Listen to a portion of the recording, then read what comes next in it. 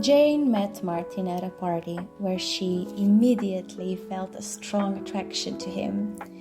He stood out from the crowd, charismatic, confident, able to draw everyone's attention.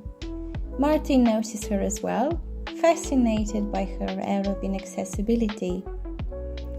After a second accidental encounter, the two became involved and their stormy relationship began. In the first months, Jane was more in love than ever before. She believed she finally found the love of her life.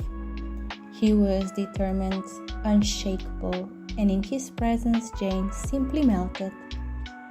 But after a few months, conflicts appeared and their relationship very quickly began to crumble.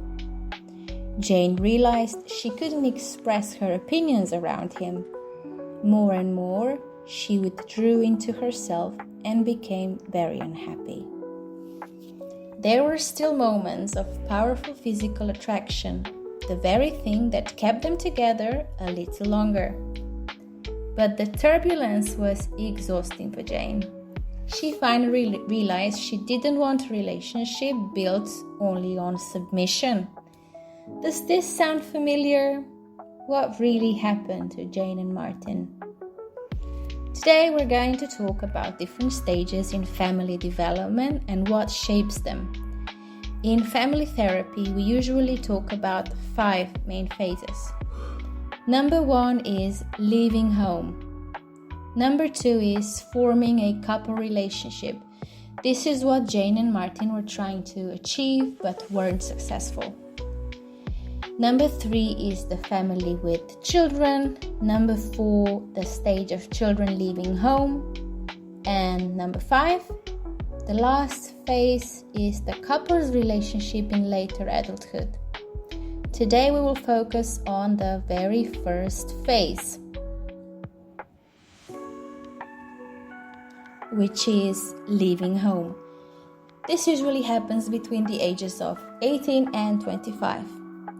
At this stage, a young person faces several important tasks: exploring their identity, developing autonomy, and reshaping the relationship with their parents into a more adult, mutual one. But here's the thing, even after leaving, the emotional bond with parents remains. It always represents the primary source of belonging and safety. So what does emotional separation really mean? It is the ability of a young adult to leave home and focus on their own developmental needs. This is only possible in a family system where parents take care of themselves and their partnership. In doing so, they free their child from the burden of responsibility, allowing them to grow and move forward.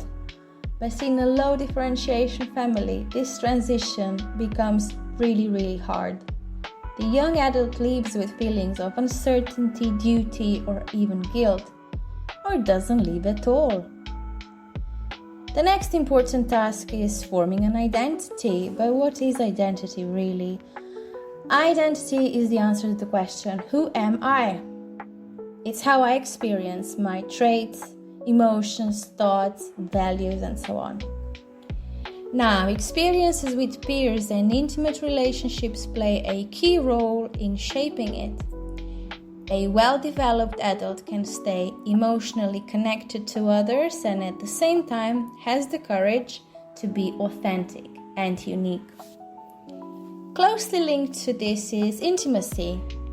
Intimacy means the ability to give yourself to another person, to share emotions, to reveal yourself, and to accept support. A true intimate relationship requires adjustment, sacrifice also, and above all, autonomy. Because let's be honest, how can I be truly close to someone else if I don't even know who I am? Without identity, there is a great risk of merging with the other and losing yourself. If intimacy was lacking in the family of origin, if the needs for support and understanding were not met, The person will keep trying to meet those very same needs in new relationships. But here's the catch. Future relationships can rarely fill those early gaps completely. That's why such relationships often become a source of new disappointment and pain. And the cycle of unmet needs continues. On the other hand, high intimacy in the family gives the person a sense of safety and support, which later allows them to trust and open up in relationships. There are different forms of intimacy.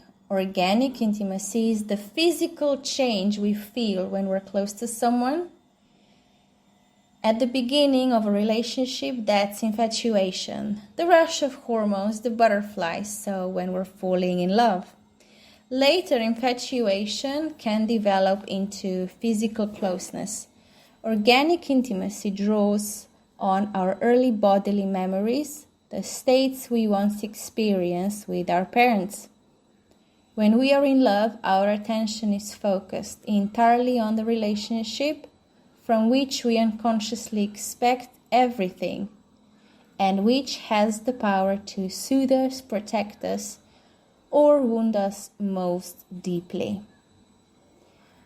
Organic intimacy is often a repetition of old patterns. Our body compulsively seeks what is familiar, and yet this is also an opportunity, a chance to create new ways of relating. Infatuation alone is not enough.